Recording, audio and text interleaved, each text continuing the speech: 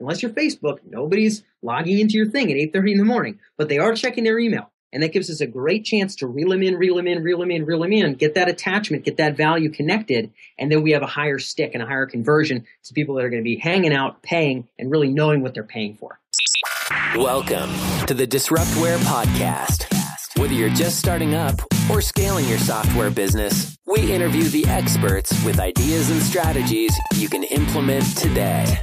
Now here's your host, Paul Clifford. Hi there, software entrepreneurs, and welcome to the Disruptware Podcast. This is the show for entrepreneurs who are either just starting out or those who already have a software company and are looking for techniques and ideas for massively scaling their business. And the way we do that is to interview experts in the market who are already running their software company. And whatever level they are at, they have great content to share, and we dig deep to get factual experiences that you can put into action right now. So let's get on with our guest today. And on today's show, I'm going to introduce you to Dan Fagella. And Dan is an expert in conversion optimization, but specifically around email marketing, so marketing automation. And his company called CLVboost is all about improving your customer lifetime value. And so his expertise is around, getting customers at first touch, when they opt into your site, how to convert them into, their free trial, or from a free trial into an actual paying customer. And so we're going to dive into detail into a really content-rich interview where he goes through a lot of examples of the way he's doing that for his customers. And I know that you guys are going to find this really, really amazing. So get your notepad out, or if you're in the car, then get ready, because this is going to be a really, really interesting interview. Hey, Dan, welcome to the show. Paul, thanks for having me here. Yeah, I really appreciate you coming on. We've been introduced with a fellow colleague, Justin, and as Justin Brook, and I had Justin on recently, in fact, talking a lot about paid traffic, and he really came out with some enlightening gems, especially around Twitter and things like that. And so he put me in touch with yourself, and I really wanted to talk to you because, as from our previous conversations, all my tribe are all focused around software and building SaaS apps, and I know that you've really got into this market as well. But your speciality is around email marketing and nurturing the customer and getting them engaged. So I wanted to get you on and talk about that. How's that? For sure. Yeah, that's what I like talking about most. And especially because all your folks are software folks, we have some really tangible examples we can hop right into. So I'm pumped. Fantastic. But you weren't always in email marketing, right? No, I wasn't. So again, it's an odd story. I started off, I've always just had a passion for building my own businesses, and also just working on projects that are exciting to me and correlate to what I really value. And initially for me, in my undergrad years and then to pay for grad school, that was just fighting in martial arts. So I'm a Brazilian jiu-jitsu guy. I ran a mixed martial arts gym for quite some time. We had, fighters do the whole cage thing, and I did all the national competitions and all that stuff, and got a bunch of shiny stuff hanging up on the wall. It was really focused more on fighting than anything else. But when I got the bill from the University of Pennsylvania, where I went to graduate school, I realized, wow, I guess I'm going to have to make money doing this. So I'm going to have to make a good amount of money, man. This Ivy League thing's really expensive. So what I did, I'm in a really small town of 8,000 people. So I started employing email marketing. And I started really focusing on, and I was a total newbie back then, but even with very sloppy technical skills, I ended up doing a lot better job than the other folks in sort of our little state, optimizing our site for opt-ins, and then really making sure that anybody that became a lead, or anybody that was ever at one point a contact in our system, was continuously being communicated with to make sure the maximum number of leads converted to appointment, the maximum number of no-shows were rebooked, the maximum number of people that dropped out were brought in for additional lessons later on, and that all those systems could be automated, because I was in a town of only 8,000 people. So I had to become, in order to pay for grad school and to still travel everywhere and compete and do all the other things I'm interested in, I had to really neurotically understand how to systematize and automate the communication to all the different sub-segments of my martial arts lead base and customer base and past customer base. And I realized, wow, being really neurotic about those skills transfer is a lot better to projects that can really scale. So we built an online e-commerce business relatively shortly after I sold my physical academy, and now I'm consulting with app and software companies that have the potential for hundreds of thousands, millions of users, and these skills sort of scaled big. So yes, it started small, but then I saw the potential to help other folks and eventually started applying it in the fun, real big scalable stuff. That's brilliant. And so, in terms of email, what do you use? You sort of specific on any particular marketing automation system? It's really going to vary per company, per situation. So there's some outbound email marketing campaigns for people that sort of, usually this is bigger B2B price point type work where they're either scraping or they're going out and manually collecting large lists of people that would fit a customer profile. And then we're doing outbound messaging, in which case we're not going to upload a list of non-opted in people into a program like MailChimp or Infusionsoft because we're going to get kicked out. So there's other software that we'll have to use in those cases. But a lot of the time I'll be using Infusionsoft, Ontraport, occasionally GetResponse. There's companies up here in Cambridge that are in Marketo and Pardot and other software like that, or even leveraging ExactTarget through Salesforce. And it really sort of depends on the situation. A lot of the time, Paul, what I'll end up doing is, so long as the system that's in place is functional, integrated, and can get the job done for the highest ROI tweaks that I'm going to make for someone I'm working with, we'll stick with the software they have. But if I really don't think we can deliver tremendous ROI with a very limited tool, like, for example, I have nothing but respect for Aweber, but eventually you graduate from Aweber if you really want a lot of functionality, and there's a lot of other software that are like that. I have nothing but respect for them, but you can't do a lot of functions with them. So if I think that we need to graduate, then we'll take them up. But ultimately, Paul, I have no particular proclivity for one software that everybody should use. It really is a case-by-case basis. There's a lot involved there. But just to, so just to finish on that, though, so let's say there's a lot of people who haven't got into anything, okay. and because I get a lot of people saying like Ontraport or Infusionsoft or even Marketo, but I know Marketo is then another level up, isn't it? Pretty pricey. Yeah. Yep. So what's your view on those? Yeah, in general, now it's interesting because I have pretty solid relationships with a lot of those software folks, especially Ontraport and Infusion. I know very nice people at both companies. I like and respect both of them. I happen to believe that Infusion is a little bit higher in terms of its overall functionality. There's just a little bit more that you can do. And so I would generally lean folks in that direction. Sometimes when people are really scrappy and they're just starting off, I'll recommend something like GetResponse with some very basic functionality. But as soon as we can graduate, as soon as we can sort of quote unquote get serious when it comes to generating revenue with email, really building a rich database, which I'm sure we're going to talk about, of leads with more data than just name and email. We want to understand their past actions. We want to understand the date they came into the system, different data points about them that we can collect manually or situationally. Infusion is usually a first kind of jump into quote unquote big boy pants that I'll have, I'll be recommending a company kind of make the hop into. So I have a little bit of bias working with them for so long, but I believe that functionality wise, they're tough to beat. And at a certain level of scale, before you really need Marketo, I tend to lean in that direction. So not dogmatic about it, but I very much recommend them. Got it. It's good that I use that then as well, right? Yeah. So let's just talk a bit. Let's just go down to a bit of nuts and bolts. Because do it. To a certain extent, a lot of people understand the sort of free trial to purchase model. So I'm forever persuading people to avoid freemium. Because I think every test I've seen now pretty much says don't go freemium, not unless you have huge amounts of marketing dollars. So the key then is obviously, at first touch, when someone hits your site, you want to, get them obviously on board either into a free trial funnel or obviously into an actual customer.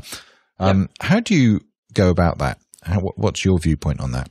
For sure. So when it comes to bringing somebody in from any kind of any kind of information collection, any kind of opt-in, so to speak, that isn't a purchase, we're going to be working on similar activities that are going to be geared towards getting them to eventually make that first purchase. But with a free trial model, it's relatively simple. And I could actually explain kind of a customer retention sequence that would work somewhat similar, Paul, because I know you'd advise some folks to sort of lean away from freemium when possible. Some people, are going to go that route. Others aren't. We'll talk about freemium first, and then we'll talk about stick rate when people just go straight for purchase. So if we're going with a freemium model, for example, one of the companies we're working with now, although I won't name names, is in the day trading space. So they run software that helps people make better decisions about their kind of small trading, the small trades that they make on a day-to-day basis. These are people that either part-time or full-time, they have a bunch of computer screens and they're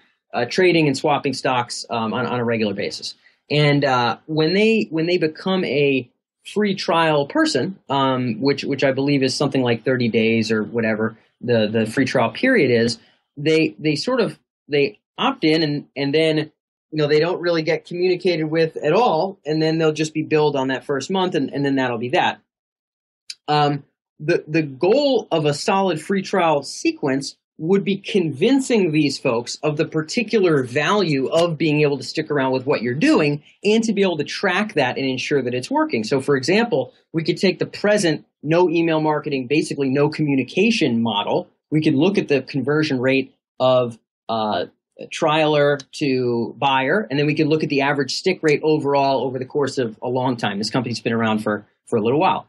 And then we can implement a stick sequence. So how this might work, Paul, is I'm going to go very, very basic, and then I'm going to talk about how to step it up a notch to a level that I feel as though is advantageous for almost any software company. So we'll start with the real basics. The real basics are if you have a free trial period, 14 days, 30 days, 7 days, whatever it is, you need to be able to, without annoying anybody, convey the value, the richness, the worth of what you're doing and the benefit you can deliver for somebody. So if, let's say, in this case, we're talking about day trading software, for these guys, if it's allowing them to, one of the benefits for this company is giving people a broader view of the various happenings in the market that they can see all at once, and they can find interesting opportunities that they might want to hop in and trade with, and sort of an interesting dashboard. But it's not something you can explain in 2 sentences. It's something you sort of have to see. So instead of counting on them exploring that part of the app, and it's only about 1/7 of the total functionality of this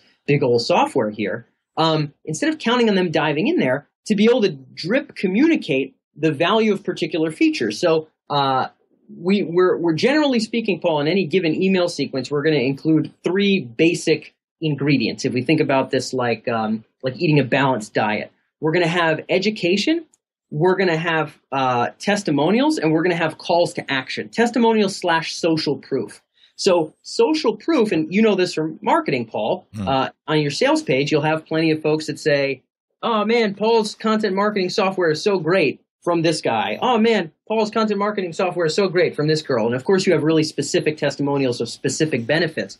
You want to be able to deliver that to someone's inbox while they're on the free trial period at the right frequency, to the point where they can see how other people are benefiting from what you've got. In addition, you want to find those most important features, those real benefits, and those features that allow for the real benefits that makes your software worth 3 times what anybody's paying for it. And you want to shed amazing light on those with a short video, a short instructional blog post with step-by-step screenshots, and a link to send them back into the thing and go try this functionality. We want to get them engaged. We want to get them clicking. We want to get them hooked, because when they've been in there, when they've gotten their hands dirty, when they've gotten to see the benefits, when they've seen how many other people have had these testimonials, now they're realizing oh, this is why this could be so darn useful for me. This is why this would be really beneficial for me. So we can kind of convey that value. So if it's 14 days, 7 days, or a month, we want to find a good, frequency, whether it's every 3 days, 4 days, 2 days, especially early on. I like to be a little bit more frequent. Let's drip the major features that allow for the biggest benefits of your software, what makes it amazingly worthwhile. And then we want to have calls to action to drive them right into that and to use it, get their hands dirty, see how beneficial it is, and see what other people have had to say about it. Conveying that succinctly over the course of whatever your trial period is, will often yield a significantly higher number of buyers and potentially a better stick rate when they become buyers. Does that make sense? Yeah, absolutely. So hit them hard straight away, I guess. So feature benefit. I don't want you to get me wrong. Like, man, you're going to love this when you buy it in 7 days when we whack your credit card. Yeah. Like, well, I don't know if we're really going to say that, right? Like, that's I didn't mean to use that terminology, I guess. Yeah. We're all gentle. No. We're all gentle online anyway, right? We'll be a little bit relative. Tender with them. But at the same time, hit them hard, quote unquote, at least in the respect of, because here's the thing, Paul, if like whoever's listening to your podcast right now, they're not running Facebook. So Facebook, they don't need to explain the benefit of Facebook because I have a Facebook account. I'm going to log in every day, almost every day anyway, regardless. It just is what it is. And same thing with Twitter. But your new software that they just got a free trial of, you cannot possibly expect them to wake up at 8:30 in the morning, check Facebook and log into your software. Then the next day, check Facebook and log into your software. You can't. You're not on their radar. They don't understand your benefit. Facebook is obvious. They can connect with friends. They look up pictures of their ex-girlfriend. They post interesting quotes from people that they wish they were like, whatever the case may be. But your software, they don't quite get it, and they're not super committed in delving into it all the time. So we need to be in front of them in places where they are all the time, which is email. And email is an amazingly direct route to make sure we get them back in to see this benefit, get them back in to see how these other people have benefited, get them back in to see this amazingly simple tutorial about how they can glean this amazing benefit by using this one small function of this amazingly robust software that we've created for them, blah, blah, blah, blah, blah. We make it easy, we make it simple, we make it fun, we make it, cost effective. We highlight all those factors without having to be salesy. We're just conveying value early on, and we're hitting them where they are, which is not logging into your thing. Unless you're Facebook, nobody's logging into your thing at 8:30 in the morning, but they are checking their email. And that gives us a great chance to reel them in, get that attachment, get that value connected. And then we have a higher stick and a higher conversion to people that are going to be hanging out, paying, and really knowing what they're paying for. Right. Got it. And of course, just outside of email, you probably also be the same thing with retargeting as well. Yeah, you completely could. I mean, there's a million different games you could play here, right? So, if when they convert from free trialer to when they convert from the free trial, the sign up for the free trial page to the thank you page, we could slap a pixel on them, and then we could have retargeting banners that maybe drive them to educational material. And then maybe towards their last 7 days, their last week or whatever of the free trial, we might have explicit follow around banners that are driving them to, hey, sign up now and get a year. When you sign up for a year, you'll get this bonus, or whatever the case may be. We can have explicit CTAs. Remember, I mentioned calls to action. So we can have some potential calls to action there as well. Normally with free trial, though, we're going to be billing them in the 7 days, so we don't really want to drive them to a sales page. Normally that pixel, that retargeting you're talking about, Paul, happens when they go to the free trial page, but they don't sign up. Right. That's often when we're going to pixel them and make sure we can get them to sign up. Make sense? Yep, absolutely. Usually that's how that works. We don't have to tell them to get the credit card out, because if you're like, compete.com or Crazy Egg or whatever, the credit card's on file. You're going to get billed at a certain point. It's probably not good for us to say, hey, remember that credit card's coming out in 4, you know what I mean? Yeah. You don't want to be, I don't know. You don't want to be malicious. You don't want to sound gruff about it, right? They know what they signed up for. You just want to make them feel good about where they are, exactly. And make sure they get the wow out of it, right? Yep. So they want to have that wow. They want to feel that wow. They want to know the value of what they're getting when they hop in. And this gets us to another point here. If we're not working with a free trial model, and we're working with a just straight into purchase model, and this would work for free trial as well. One thing I like to get, Paul, I really, really like to get, like I don't just sort of like to get it, I actually really, really like to get it, is a critical bite of information about sort of the major benefit that they're aiming to glean from this thing, or what they're aiming to derive from this software, from this purchase, from whatever it is that they've gotten. So if we're talking about software, in the day trading example,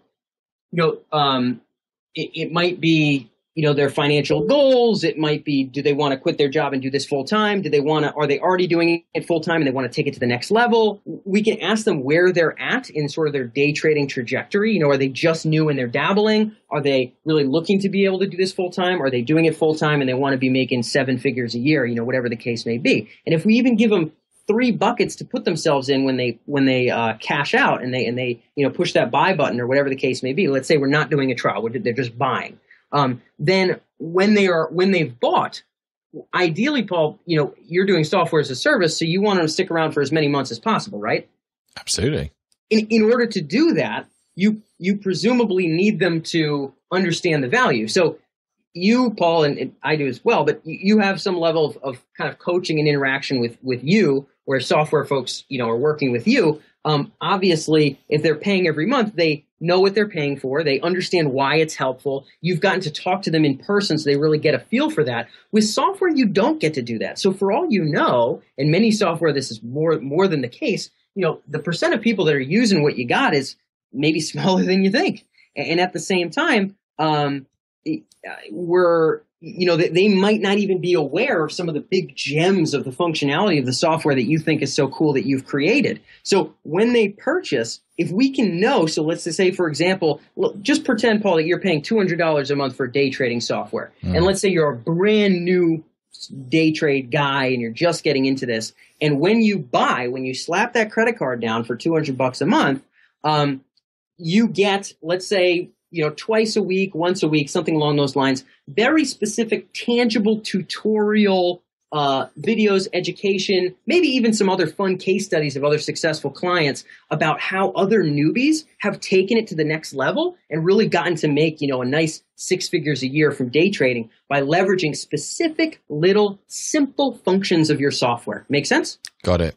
Now, if you're a newbie and you've told me you are when you slammed your credit card, then I can talk to you like that and I can make you stick. I know what's going to keep you around and I can talk exactly to you. I'm not going to say, hey, I know you're spending all day long in front of 7 screens and I want to make your life easier. Because you, Paul, you would say, no, I'm actually a beginner. What the hell are you talking about?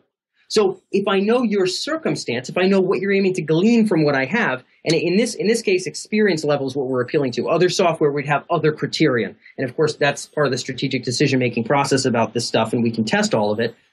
But you want to be talked to as you. You want to be talked to what's going to be beneficial for you. So if you get specific use cases and very basic functions that work with a very basic understanding of day trading, then I'm feeding you in a way that's conducive to you hanging with me. If you are a guy who's already paying for a bunch of different software, you're doing this full time, maybe you're doing, $350,000 a year and you really want to step it up. You want to have a better handle on the market. You want to be making better trades, more trades on a daily basis. And again, you're a full-time guy looking to really step it up.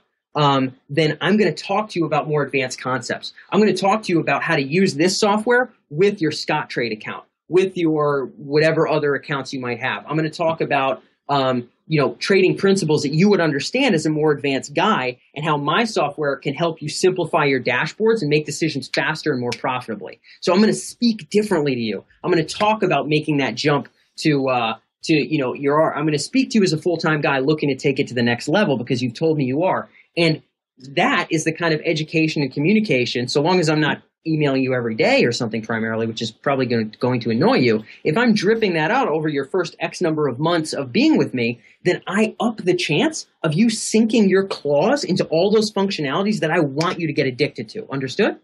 Absolutely.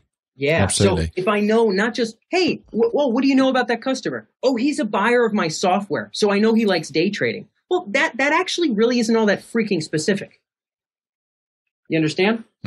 If I know what phase you're out of day trading, where you're trying to get to, now I can speak to your goals, dreams, etc. So Andrew Warner, Mixergy, Paul? Yeah.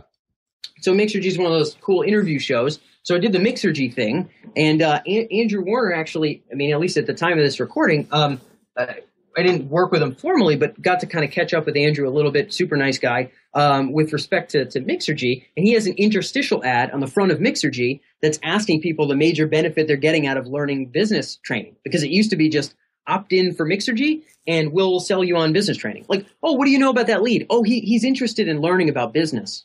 You understand how that's really not specific at all? Right. So instead it's, hey, I'm at a job and I hate it and I want to start a business. I'm in a business right now and I want to scale it. I'm looking for a business idea. How differently do we need to talk to those people to get them to get their credit card out, Paul? Very differently. So Andrew's starting to implement this kind of thing, and it's very much not new to the marketing world, but it's very new to software folks who are not actively thinking about segmentation and optimization. And if it's implemented once and it sits there and runs automatically, and we can take an extra, 15, 10, even if it's 8% of the people that sign up for a trial and turn them into buyers, what does that look like after 12 months of that conversion rate added on to whatever we're making already? It ends up being a very big dent in the pocketbook. So what you're talking about then really is just really to really sub-niche down, if sub-niche is the right word, but really to narrow down on your buyers into what is their real triggers. Yeah, yes. for taking that free trial, and then really work on that specific trigger, or almost do a custom sequence just for that specific interest. Yep, and in software, that's really far out, right? Like, oh my God, segmentation. But at the end of the day, there's companies like LL Bean that for 100 years have been breaking people up into different demographic and buying habit groups and mailing out different postcards and catalogs and whatever else, based on all those differences. That is not a new thing. Well, I can see, it's perfect, in terms of your approach, but I mean, how do you identify what those triggers are? How do you actually get them to? So how do you find those buckets to put them in, Paul? Well, how do you get them to tell you? Yeah. Well, one of the things I'm really not afraid to do is, number one, you can always survey people after they purchase. And if you have no idea what those buckets are, the best way to start is to start with very qualitative answers. Why did you get this? What were you most interested in? Very open-ended, right? Let them type in their own answers. And then when you can find a certain number of trends, then you can say, hey, you know what? I realized after reading through 300 of these that there's really only, I can boil this down to 4 buckets.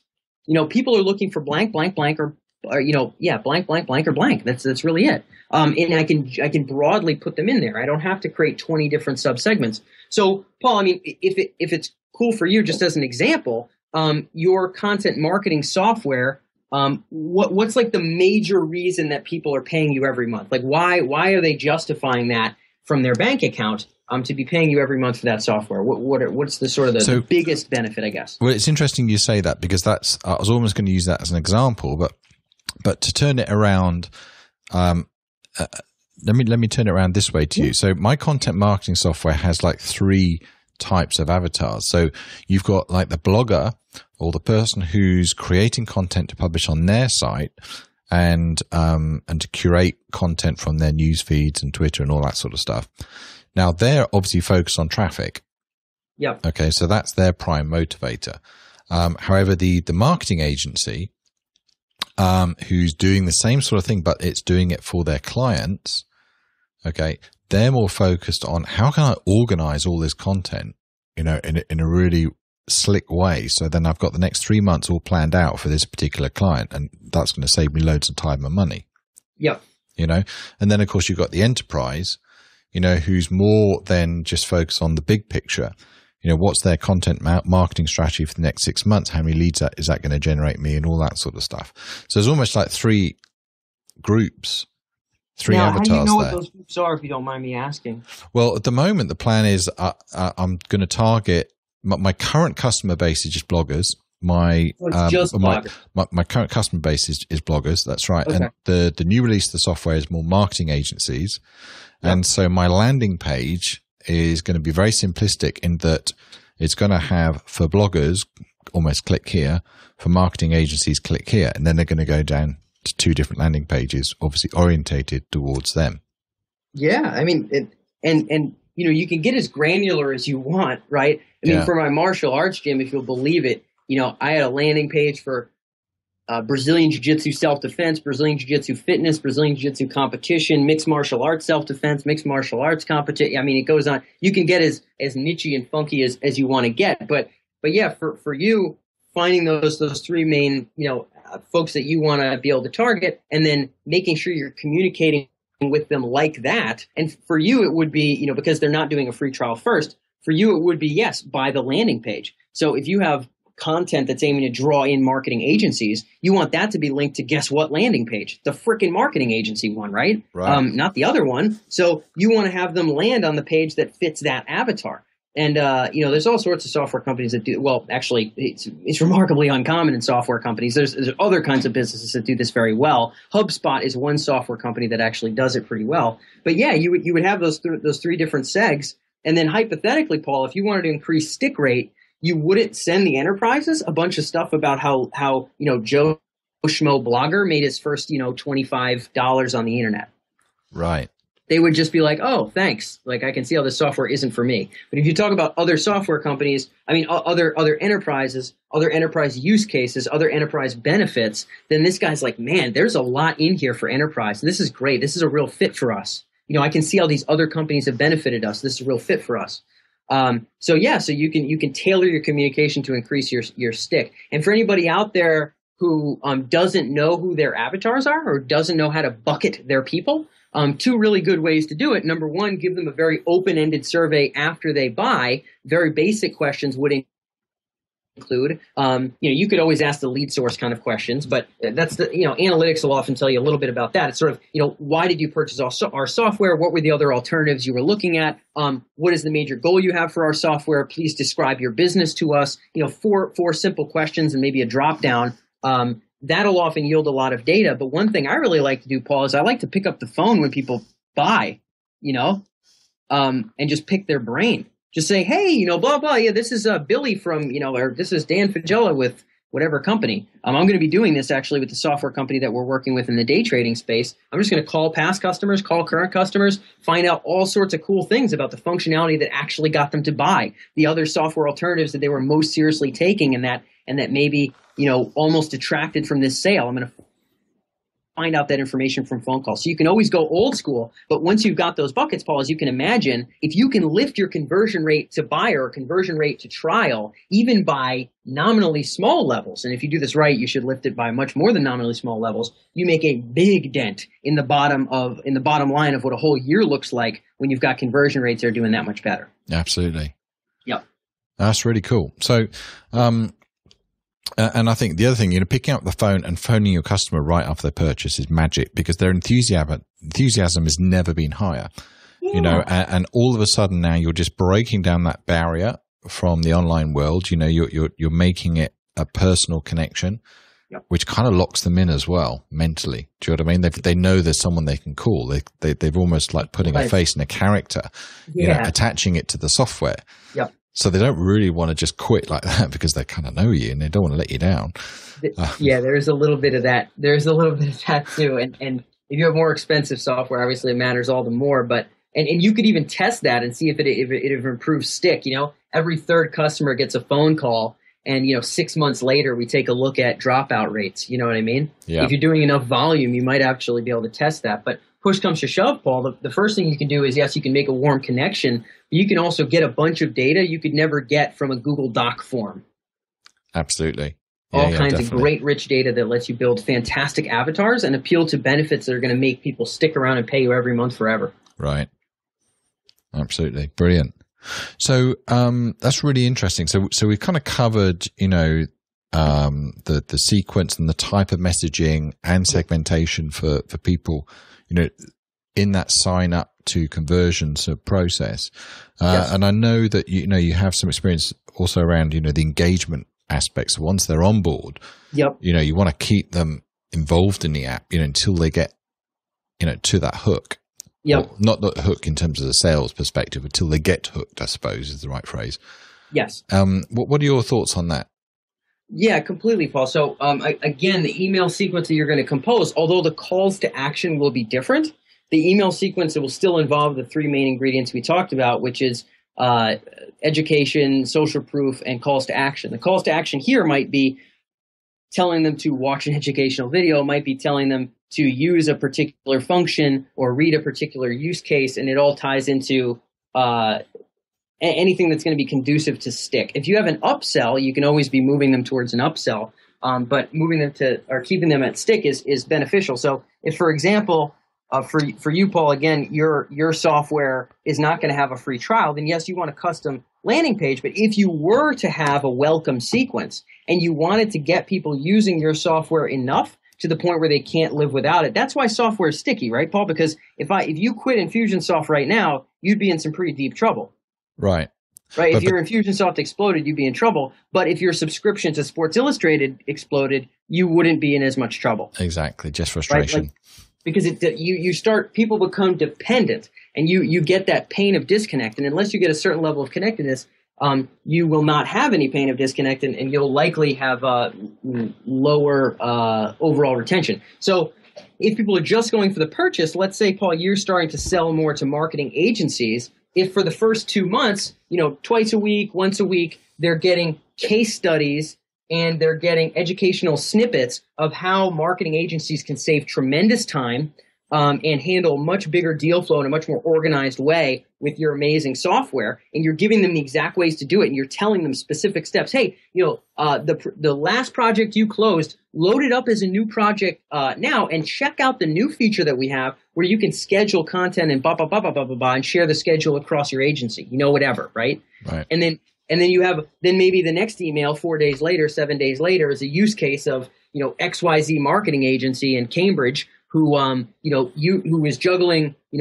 15 different spreadsheets, and then they got your software, they watched your videos, they organized everything they have, and they've been able to hire 4 new people and just open up a ton of additional deal flow and really take advantage of the opportunities around them because they had a system that could scale with them. I mean, if they're getting dripped and they even open 10% of that communication over the course of 2 months, they are getting hooked into the belief, into the benefits of what you're doing for them. So if we're just going for purchase, then our focus is stick and our focus is engagement. Make sense?